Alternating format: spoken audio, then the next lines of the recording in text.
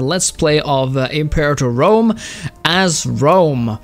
So what we're doing right now is we're continuing the events of last time, where we're basically just trying to sort of get ourselves into position. We're trying to set up our country to the best of our ability. One thing we've done is we've set up some trade. We have used all of our trade imports in Rome to try to maximize the national output in the capital, so that we can also get the capital benefit bonus, which is quite important. And then we're trying to also see where to go from there when it comes to research and such. But we're kind of, yeah, like we said last time, it's been a while. Technology. Select a technology category to view its invention tree. So for example, martial advances, there's the tree, civic advances, right? We have 7 innovations that we can probably use here. So I think we'll try to like check that out now. Was there like a trick hit or just... the button. Due process, monthly ruler popularity gain. That's actually a really good one because your ruler's popularity also determines how loyal your soldiers are, which is obviously super important. So let's see if we unlock that. Adopting due process will cost 1 innovation point and give the following effect: monthly ruler popularity gain plus 0.02. So it's clearly not that much. It will take a long time before the ruler actually gets plus 1. That's like 100 months or something, right? It takes 5 to get to 1, and then it takes that times 10, so like 50 months. But you know what, we will. It goes some way. Integrated culture happiness. It's really tempting to just like spend all of the points at the same time, because like all the trees just like seem like they can give you so many advantages. Human contact, diplomatic reputation plus 1. Loyalty of characters plus 2. Both of those. You know what? Yes. I really want to try to take Rome into being sort of a, not only a diplomatic power, not only a militaristic power, but also a diplomatic power. Monthly tyranny minus 0.01. Tyranny we have 0 of now. But once we start conquering things, if we manage to do so, that will go pretty fast. Aggressive expansion impact minus 2.50%. However, that can be quite good. Yes, please. This also. Civic advances, standardized measures. There's so much to choose from. National citizen output, that helps us with research. But this has also changed. We are currently the blah blah blah. Cloth. Okay, whatever. Import value plus 5%. That will net us more money. We have actually yet to go 1 day. So that's pretty crazy. We've done all of this. Maybe not that much actually, but let's see here. So army weight modifier means that you can only place a certain amount of troops in one province or like one region without them taking a attrition, and they do that if you also don't have any more food. I think like they have a sort of a stockpile of food, and they go through that before for attrition. But if you raise the army weight modifier, I guess lowers it, then more troops can be in the same place. Same with the supply limit, it kind of helps that stuff. But I think we'll maybe save the rest for now. Aggressive expansion. When activated, Rome gains 5,000 men. I guess that's the manpower. Centralized committees, change governor policy, monthly tyranny, or stuff like that. Okay, I think we'll save some just for now. Characters, okay. Our characters, how are we doing? Show families. So here you can see your great families, and your families are important because they will demand to be placed in offices and to have jobs. And I think it's the size of the family or the strength of it that demands how many jobs that they will demand. So for example, right now, each family demands only 3 jobs, and they have that, so they are content. But if they go under that, you have to act pretty quickly to give them another position in government, military, or navy, for example, because that loyalty hit from being scorned is really great, which is to say awful. A family that holds twice as many jobs as it expects will become grateful, increasing the loyalty of all of that family's members. And that's also something to keep in mind. But right now we have no army. We also don't have that much money, I believe. So I think we're going to actually see if we can start this game and see what happens. I'm interested in learning more about the politics scene, because that was fairly simplistic but also kind of not really fun in the original. But now it seems at least the UI has changed. It might not be that big of a change with other things. The kind of cool thing about the Imperator government, or cool, interesting, fascinating, whatever, is that whereas in, for example, Europa Universalis 4, you can often, like, there is sort of a linear line between beginning somewhere and going somewhere. So if you, for example, take, you know, the start date, you have very few laws to choose from, or sort of policies to implement, but as you go you can tick off new laws and they will stay there. But in Imperator, at least this was how it was in the original, your things, like, these are just things to choose between. You don't actually end up enabling all of them.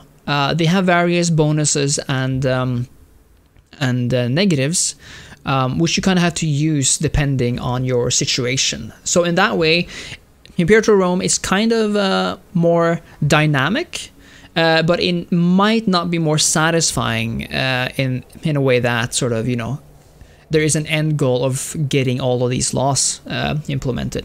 But that is that's something to think about. For example, what we have now is in the election reforms, for example, we have the Leges Genucii, meaning that Rome loses 5 approval from Optimates, gain from Boni, lose 10 approval from Populares, and yeah, less than 51% Senate support. We gain tyranny from doing those actions. But we also, it also costs less to enact divine sacrifices. So it's basically about getting approval from these different parties here. The yeah, Optimates, Boni, and the Populares. What's more is that, yeah, so, you know, depending on the party that you want support from, you can choose between these. And then the last one, what does this one do? Publius Sempronius Sophus is a member of the Populares. Who is this guy? Yeah, he's the consul. So, like, the consul needs to be a member of the Populares party, and gives approval from Populares, but increases election term duration. Okay. Yeah, okay. First citizen, of course. After the bitter after the bitter triumvirate conflicts, the adopted son of Caesar, Gaius Octavius, later known as the first emperor of Rome, reformed the very nature of the republic. Whilst in practice he held authoritarian control over state in turmoil, he referred to himself as princeps civitatis, or first citizen, as he set about creating the legal framework for an empire that spanned nearly 500 years. So this is basically first citizen, dictatorship. And the guy needs to be from the Popular Party, basically the, the Citizens Party, People's Party, whatever.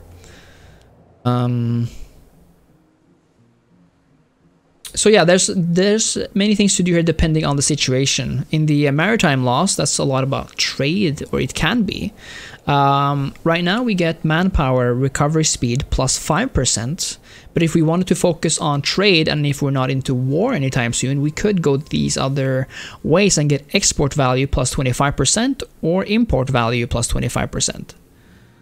And they too give us more or less approval from each party. We also have missions, and I think that's what we're going to look at right now. Missions are kind of important when it comes to conducting your campaign because it can give you some very interesting choices and give you also bonuses if you manage to make good on the challenges. So this is called Roman Italia. Since the founding of Roma by Romulus hundreds of years ago, our proud city has skirmished with our Italic neighbors, vying for control of the coasts and the cities of Latium and Campania. Our recent victories over the Etruscans and Samnites have proved our superiority, and it is clear that it is Rome who is destined to unite the Italic peoples and lead them to glory. Completion criteria: conquer or subdue the Italian peninsula, which is all of this, and I guess... yeah, let's, it's the only mission here. We will start it. Roman Italia. And then there's a whole mission tree, and ever since mission trees became a thing in Europa Universalis 4, I have absolutely loved them, because you can just not follow the mission tree at all. But what it allows you to do is to sort of, if you want to, go down the route that the historical nations kind of did, and you can try to emulate that through these mission trees. And I, for one, think that's amazing. We see here that the mission tree also have some branches which will close off if you choose one or the other.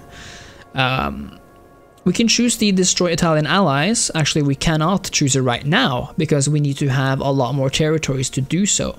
Or we can choose the Pan-Italic Congress, which will, let's see here, participating nations will receive diplomatic events which can improve their relations or create alliances. There is a dream of a shared nationhood that we and our Italic brethren can be united under a common cause. Such a bold and novel move will surely tower over past diplomatic successes. That is kind of another diplomatic thing we can do. We can also encourage expansion, however,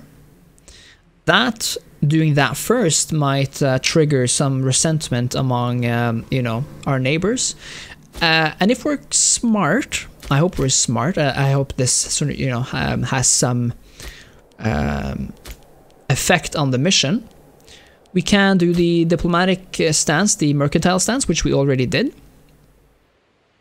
which gives us modifiers with the other nations around there. Do we have like relations map mode, just like how people like you?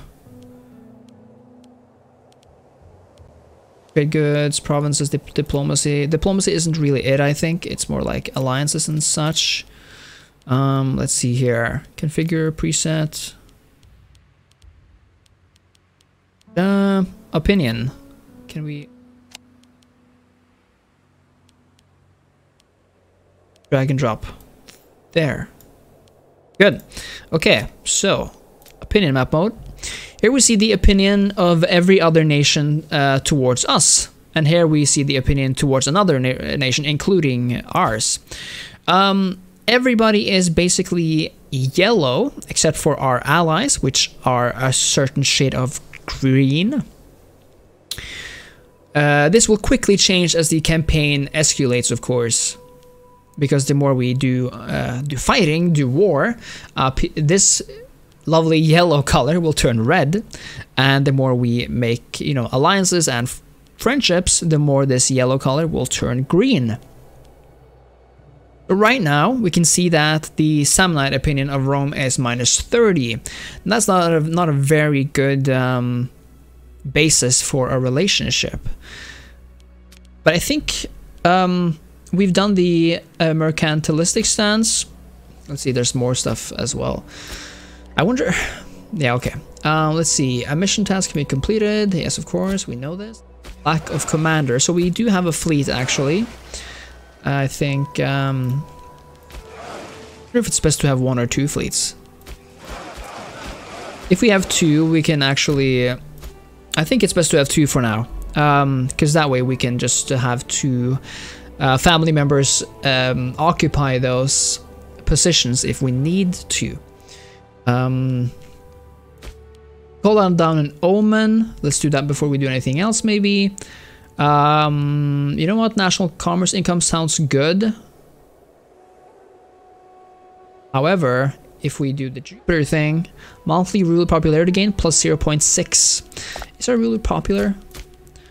Because right now in the Senate, how's the Senate?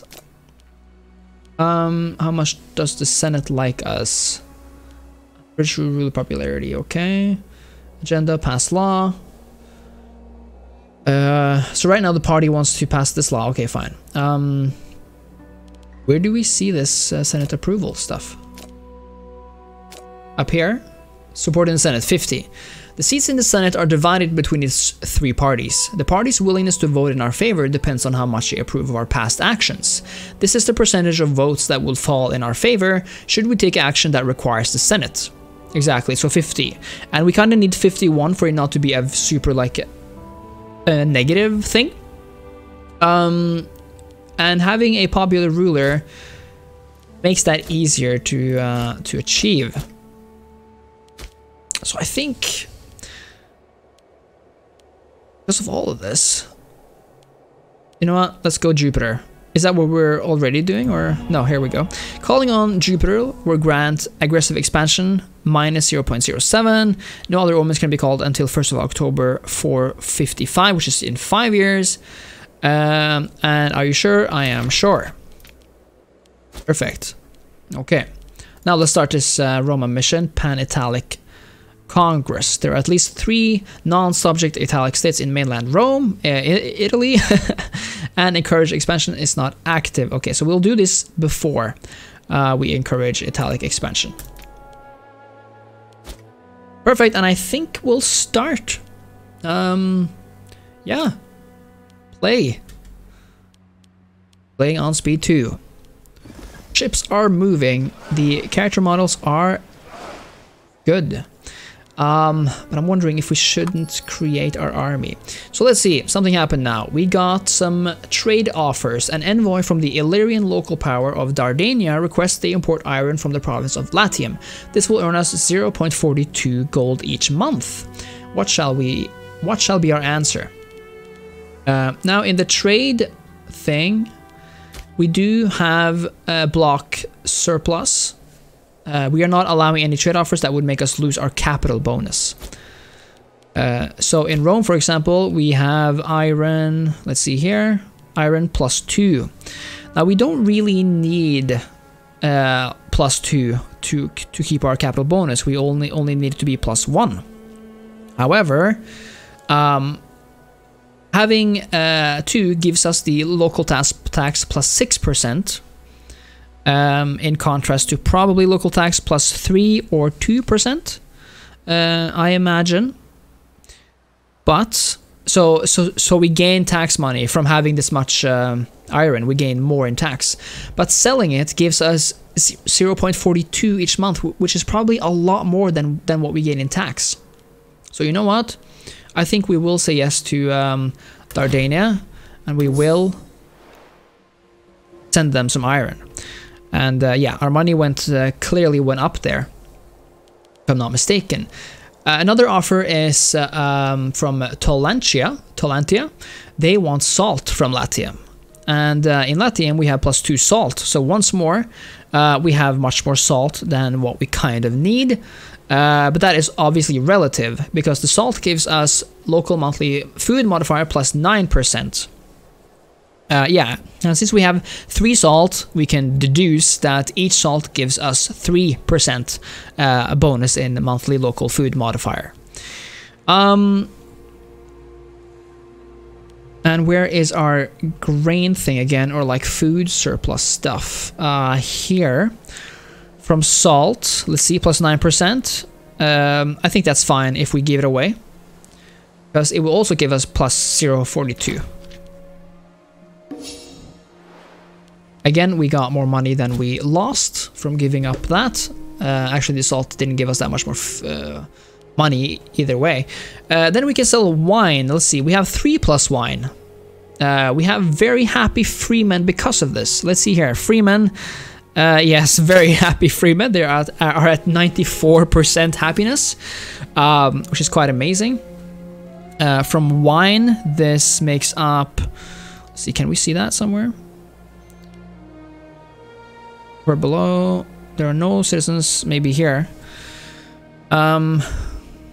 This value is then multiplied by Mercury, console, capital horses, base, civilization value, capital territory. I don't see wine anywhere here. Oh, these are our citizens. Sorry, here. Freemen. Capital province, horses, civilization capital. No, still no wine. Maybe it's just the capital province stuff. Kind of strange. Okay, either way, we have way more wine than what we need, I believe. Local freeman happiness. Yes. Why are we not seeing if wine is a thing? Weird, okay. But let's do it anyway. From 356 to 397. Again, we go up. And on the way from the Dacian local power of Buridavencia, request to import iron from the province of Latium. This would remove our capital surplus, making us lose the following bonus. So no, we will not accept that purchase offer. Okay, Pan-Italic Congress organized. Things are happening. Many private villas were donated for hosting and discussing business confidentially with our esteemed guests. Sorry for my reading. We are optimistic the occasion will create a sense of friendship and cooperation across the Italic states, all of whom are equally threatened by Gaulish tribes to the north, ambitious Greeks to the south, and the long arm of Punic influence. All that remains is to send out the invitations and await the responses. We can choose they will come. Invitations will be sent to all free Italic states in Italy. Their acceptance will be based on your relations, or a small gift will show our goodwill. Invitations will be sent to all free Italic states in Italy. Their acceptance will be based on your relations. All recipients will gain 15 opinion of Rome, but Rome loses 1059. I think since this is kind of an important thing for us, we do want to try to grease the wheels. We do want to be a diplomatic power. Let's see, what's all this about now? Wine from Latium. Again, we have +2. Local freeman happiness +12%. They are at 89. You know what? That is much more than what we need them to be at this moment. We can always stop selling the wine. So they are now at 85, 86. But we are making a lot more money in Rome. You see here, the tax income is here. So in Rome, the tax income is only 0.30, or that is a lot. That's almost twice as much as our next one. But or many of the goods that we trade, that we export, we gain a lot of money from. So these are our exports. And these are our imports, and even though we make money from imports, which is nice, we make a lot more money from exports. So let's see here. Why no? Because at this point we got all of these offers at the same time. So it might seem weird that we actually get the offers even though we have the block capital surplus, exchange. But this now shows us that since we recently traded wine away, and we now only have, wine plus 1, putting it away will forfeit our capital bonus, and that's why I'm just removing all of these offers. Okay, people want cloth from Campania. Campania is down here. Cloth we have +1, and the thing about provinces outside of the capital province is that they don't really get anything from having that capital bonus. I mean, from having the surplus, they only need 1 to get, the normal thing, and then any surplus will simply be added as though you had 2. You won't get any additional bonuses other than you get from having 2. But it's still important, of course, to have more than 1, or it can be. But if we look at Campania, let's see here. Yeah, side note, it's also important to check each province because the happiness of the province is not unison. It depends on the settlement as well, or sort of each region. Okay, so we got an offer to export cloth for 0.41. That's obviously a lot in comparison to what we have now. But cloth is... what does cloth do? Local noble happiness. And our nobles are now just barely satisfied. Wait, the base happiness of a noble is minus 20%. So nobles aren't happy at all. The noble pops in Capua have an average happiness of 61%. This is above their base happiness. If a pop falls below 50% happiness, they will start generating unrest. The base happiness of a noble is minus 20. Yeah. Base happiness. Is base happiness... I guess base happiness is something else than average happiness, of course. Or like... yeah.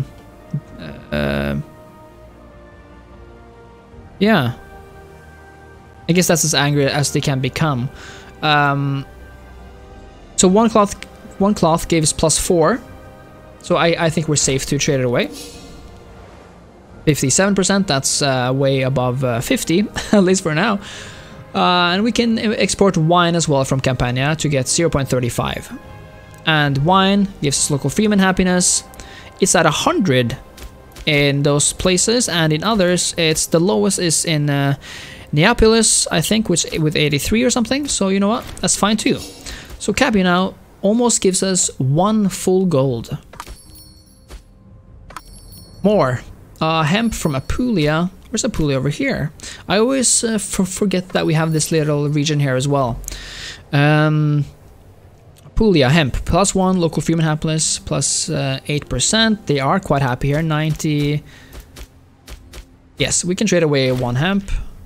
Right, because we have 2. Great. And all of them wanted hemp, I guess. So... let's see, how's the Congress going? Pan-Italic Congress convenes. We finally received responses from the invited states, the majority accepting our invitation. This is a new president for Italic relations, mirroring a style of diplomacy hitherto found only in the Greek city-states of old, a fact that Consul Publius Fabius Sophus does not keep quiet about. Rome always triumphs.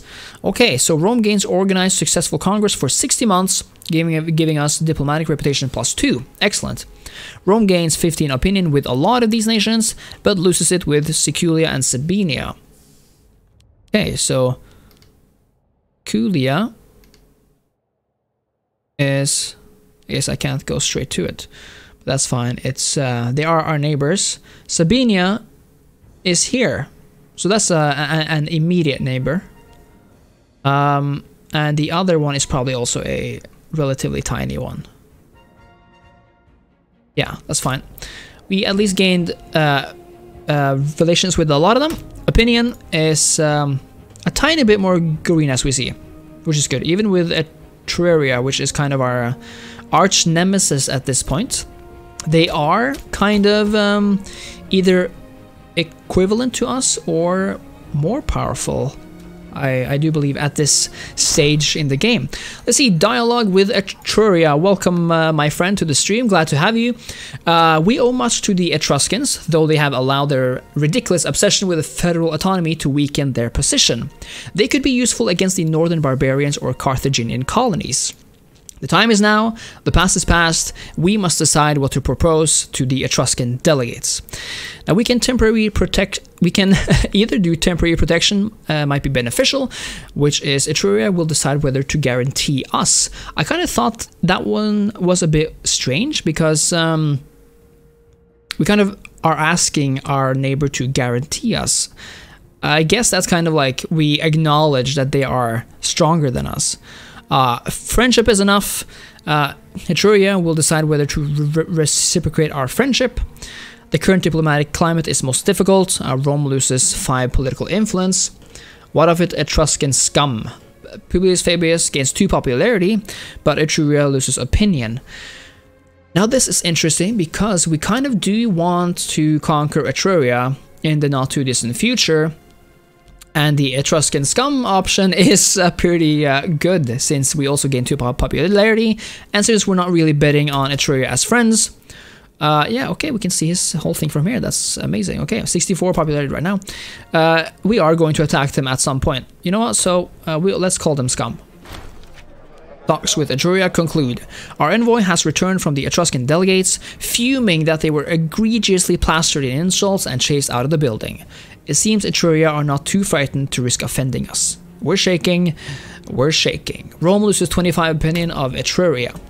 Okay, so we're kind of hating each other right now.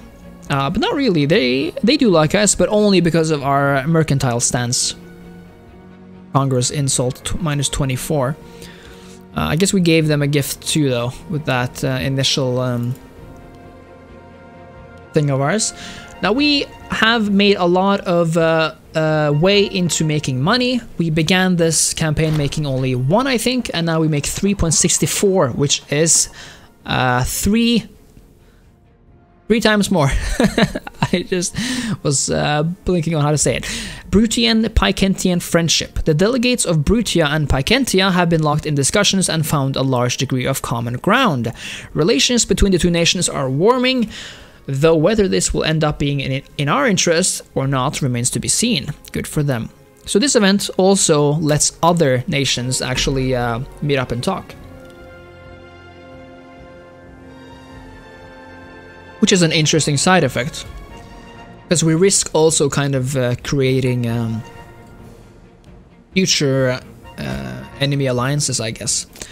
Let's see, Marshall, let's look at the innovations again. Army weight modifier, starting experience, plus 5% or plus 7.5%.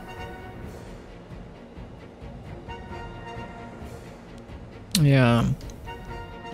Loyalty of generals plus 5, that's very tempting to choose actually. Dialogue with Umbria. The Umbrians put aside their feuds with the Etruscans just to have a pop at us, though I suppose we may have done the same in their position. They could be useful allies against the Gauls. The time is now, the past is past, we must decide what to propose to the Umbrian delegates. Umbria is here, also a fairly large Italic nation. Let them know we desire friendship. Umbria will decide whether to become our ally. There is a 33% chance they will accept based on our relations and power. So this is something that is new actually. In the original game, you did not know what the chance was here, which made it pretty, at least I am quite sure of that, because it felt pretty random. But now we know. We wish to protect such noble friends. Umbria will decide whether to accept our guarantee. So in this case, as opposed to with the Etruscans, we will offer to guarantee them. There's a 50% chance that they will accept based on our relations and power. Or we can, you know, call them scum again. But I think a 33% chance of them becoming our ally is pretty good. I think we will try that. Let them know we desire friendship. It will most definitely fail though. Okay. Talks with Umbria conclude. Our envoy has returned from the Umbrian delegates, excitedly revealing their willingness to form an alliance and the great things our nations can achieve together. Umbria may even prove useful for the time being. Rome and Umbria will defeat all. Perfect! That's great! Rome becomes allied with Umbria, Rome gains 50 opinion of Umbria, and Umbria gains 50 opinion of Rome. Perfect! I've never had that good luck with Umbria before. And let's use some innovations here to get loyalty of generals as well. You know what? That's pretty flippin' good. I love the system. The Lucanian-Bruttian alliance. The delegates of Lucania have been locked in private negotiations with Brutia. They are plotting against us. We will attempt to undermine the Lucanian-Bruttian alliance. The chance of success is based on your ruler's charisma, or it is of no consequence. Lose popularity. How much charisma do you have, my guy? 6. That is not too much. That is not too much. You know what? But we will try to do it anyway. I don't want to lose that precious popularity. Our feeble attempts to disrupt the friendship of Lucania and Brutia were quickly spotted. Ah, damn it. Lucania and Britannia. I think Lucania is here, yeah. And Brutia is here. So, natural allies, I guess. And looky here, our approval with the Senate is going up. It is now at 50.76. That might, you know, correspond with our increased popularity. Oh no, the popularity changes by -11. Dialogue with Picentia. Picentia, where are you again? Here they are. Picentia holds no special place in our heart, but they sent a delegation and we must treat with them. Who knows? We may even find some common ground. The time is now, the past is past, blah blah blah. Okay, let's see here. There's a new option. We will defend Picentia, but we have some demands. Picentia will decide whether to become our feudatory subject. Feudatories can join their overlords in a war in exchange for protection and can be diplomatically integrated. There is a 14% chance that they will accept based on our relations and power. This option is available because Picentia has less than 6 territories. 14% is just not enough to gamble, because they... How much do they like us? 35, you know, that's actually quite a lot compared to all of these other ones. Might just risk trying the feudatory thing with them.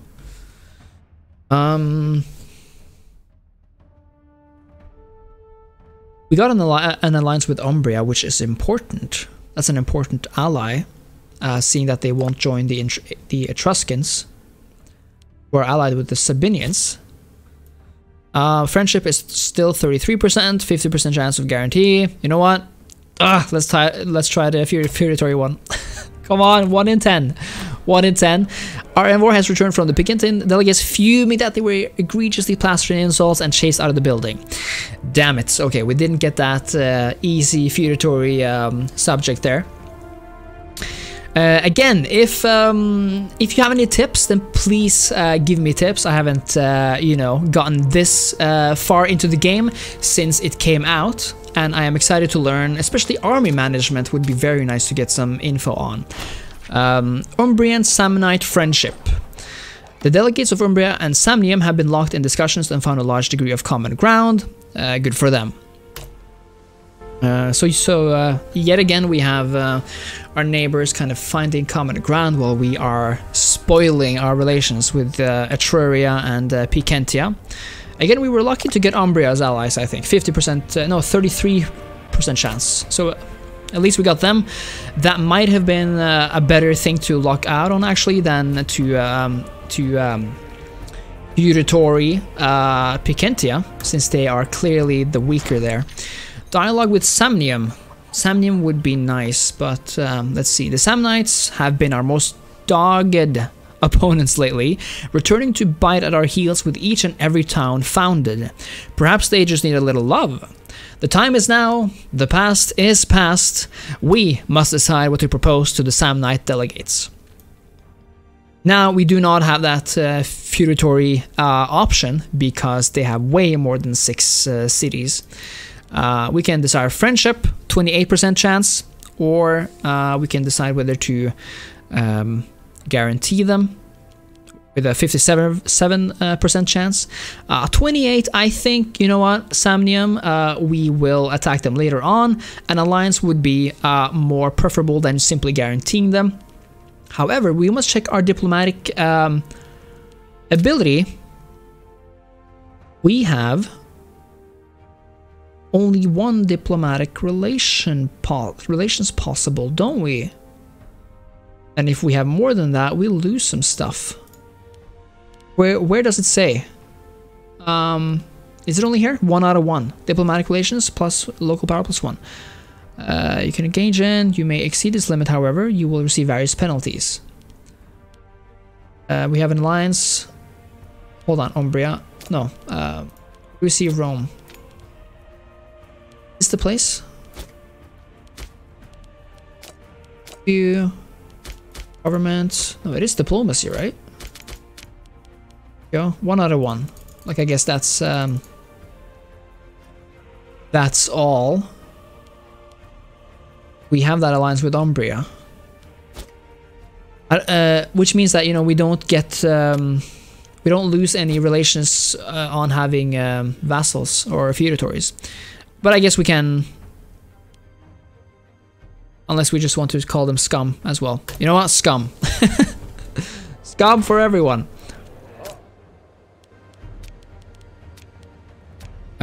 Yeah, this is culture map mode. It all of a sudden looked like we own a lot. But army management, how does that work now? I guess we can raise levies, kind of like in Crusader Kings. Optimatus Agenda, a law for the rich. One of the recurring agendas of the Optimatus is the need to pass laws that will benefit them in one way or another, either ensuring their influence or else making sure that they do not see more of the novus homo in the Senate than absolutely necessary. Novus homo means new man in Latin. The other parties look to Publius Fabius' office to put an end to this law before it makes it to vote. Okay, and yet this law seems fair. Rome institutes senatorial endorsement. Monthly. Whatever. Monthly political influence plus 5%. Party agenda achieved. Rome gains 10 approval from Optimatus. And he will put an end to it. Rome loses 50 approval from Optimatus. Let's see. Need to pass laws that will benefit them or another, blah blah blah. There's more of those. One of the recurring agendas is the need to pass laws that will benefit them in one way or another. Right. The other parties look to Publius to end this law. Okay. So the senatorial endorsement, let's see. We can check out this in the government screen. Because there's a law here. That, because it comes up here, we do not have to, you know, go through these channels. Right now we have tribal assembly. That gives us approval from the populares and a minus in monthly corruption. The senatorial endorsement, however, gives us plus 10 approval from Optimatus, minus 5 from Boni, that's the same as now, but minus 10 from populares. And it gives us monthly political influence plus 10, that's up here. So we lose the corruption. Not penalty, but you know, the other way around. The guard against some corruption. But we gain political influence. This is the hard one. Because if we do approve it, I think we will get much more support in the Senate as well. We have 51 now, which makes it easier for us to pass stuff, which is great. But they have that as an agenda. On completion, Rome gains 10 approval. So we kind of get, you know, a bonus there. You know what? Let's just try to do this. We uphold the Senate. We value the Senate. It is not yet time for the new man to enter our chambers. 57 support in the Senate. Amazing.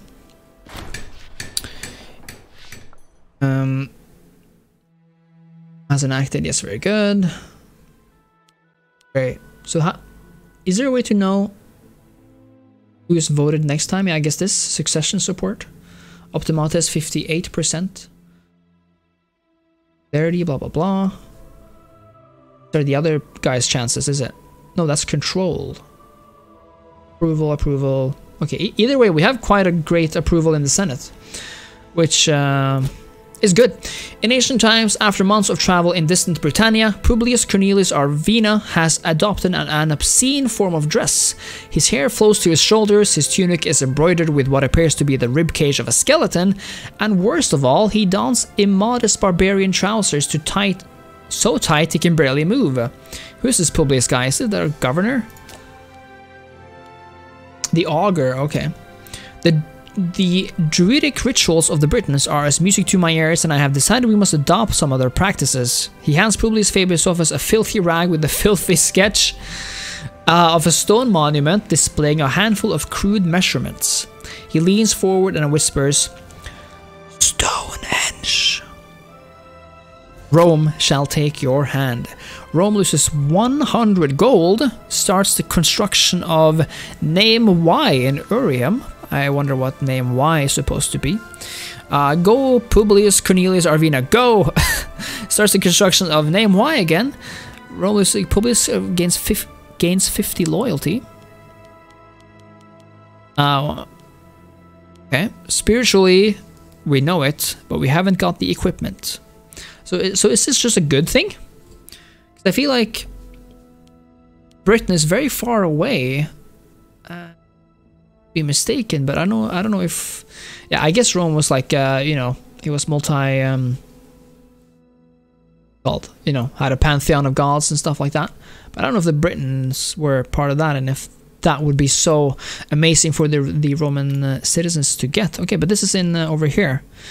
Rome shall take your hand. You know what?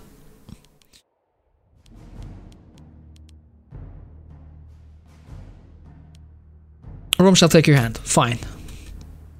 You know what? We've been playing for 45 minutes now. I think well, okay, fine. After this, before the dawn of history, the ceremonies of Rome have become less and less popular of late, and Publius Fabius Sophus has attempted each time to create a more inventive set to draw the public eye.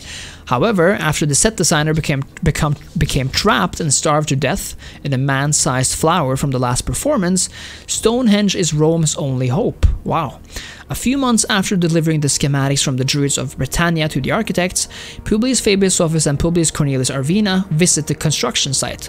After a few steps, Publius Cornelius Arvina trips and falls flat. Wow, it seems he has tripped over a knee-high pile of stacked up flat rocks. The monument is nowhere to be seen. It gradually dawns on Publius Fabius Sophus that this pile of rocks is the monument. Publius Cornelius Arvina seems unperturbed. Are we still doing Stonehenge tomorrow? Naturally, let's not make a big thing of it. Completes the construction of the living rock of Stonehenge. No, it's only a cubit high. Rome loses 25 political influence. Has happened. Complete this construction of the it should have been 18 cubits. Only 1 cubit should have been 18. Wow. No, it's only 1. But does that mean that we continue on? No, it's. Are we still doing Stonehenge tomorrow? No, it's only 1 cubit high. Should have been 18 cubits. So what's the difference? Do we get something? What do we get? I guess we lose. We continue the construction if we do this? I guess so. We'll try. We'll see where that goes brings us. Either way, thank you so much for watching, guys. This is interesting to say the least. If you enjoyed this video, I hope you'll like, comment, and subscribe. And please, again, if you have any tips, do not be afraid to share them. I hope you'll join me next time as well. And until then, thank you so much for watching. Cheers.